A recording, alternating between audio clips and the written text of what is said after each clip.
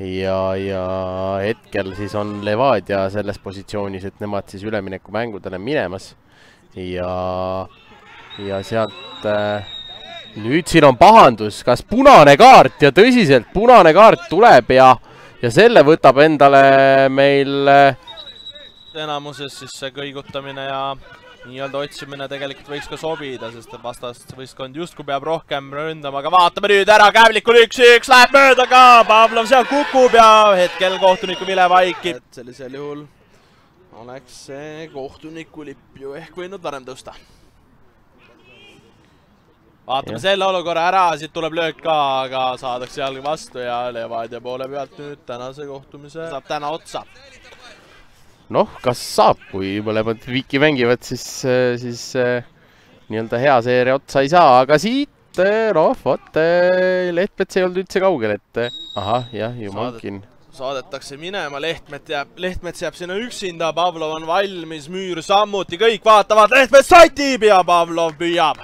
Kaitses rohkem nii-öelda tegevust ja tööd, aga praegult ei ole võib-olla isegi Kalju jaoks see kõige suurem probleem on see, et hetkel ei ole suudetud seda palli nagu liikuma saada, et siis sellega näiteks Levadia mängumehi väsitada, ja siit kukub ja tuleb penalti hoopis Levadia kasuks ja nüüd on väga-väga pahasti siin Kalju vaadates. No vaatame ära. Siit igastahes penalti, Pavlov toob sellega välja ja teine ja see pannakse mööda. Ja kes see paha poiss nüüd on? See on Skvortsov, kes siin ainult endale tuhka saab pähe raputada. Oi. Siis siin oli võimalik näha Pavlovi poole pealt sellist tehnilist meisterlikkust võttis väga osavalt rinnaga maha. Vaatame selle olukorra ära ja seal, no nüüd ikkagi saame öelda, et Kodvini enda pealelöögid midagi suursugust olnud ei ole, aga võimalus vaatame selle olukorra ära, Kodvini seal tekkimas ja nüüd käkib niimoodi. Senine rünnak on ikkagi soovida jätnud, et sellist lõputeravust ei ole tegelikult. Gomes seal nüüd teeb hästi ära Kodvini suunas, nüüd katab ära, nüüd on võimalus tulla Kodvin ja paneb pihta Rustov välja. Lalla, aga sealt ei ole ühtegi omadest. Ja seal Boronitšikov oli siis see mängumees, kelle suunas see pall saadeti. Tuleb kauglöök ka, aga lõputõps ikkagi siukene. Jah, Lehtmets palli taga. Tuleb löök ka teravalt, aga see nüüd vähem raamide vahele kui eelmine. Tundub, et saame Sendersest hoopis näha. Tuleb, keerab ka, aga keerab mööda.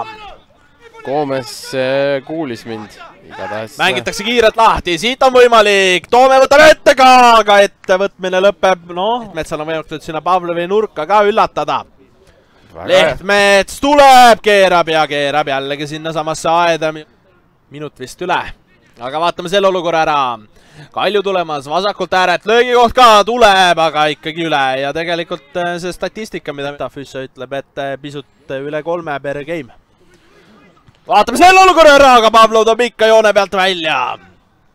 Järgmine voor juba meil aset leidmas sel neljapäeval, kui siis kõik 5 kohtumist esiliigas aset leiavad. Vaatame selle tuleku ära, Gomes vaatab värava poole ka, madal pall värava peale, aga sealt lõppude lõpuks ei tule. No kus sa ikka kiirustad? Vaatame selle olukorra ära, Kalju paremat ärpidi tulemas, Gomes. Bernardo Gomes jätab sinna hästi liini taha, nüüd tuleks alla ka tuua, tuleb hea pall ja see on Rikossett, aga pall lõppu tõpks.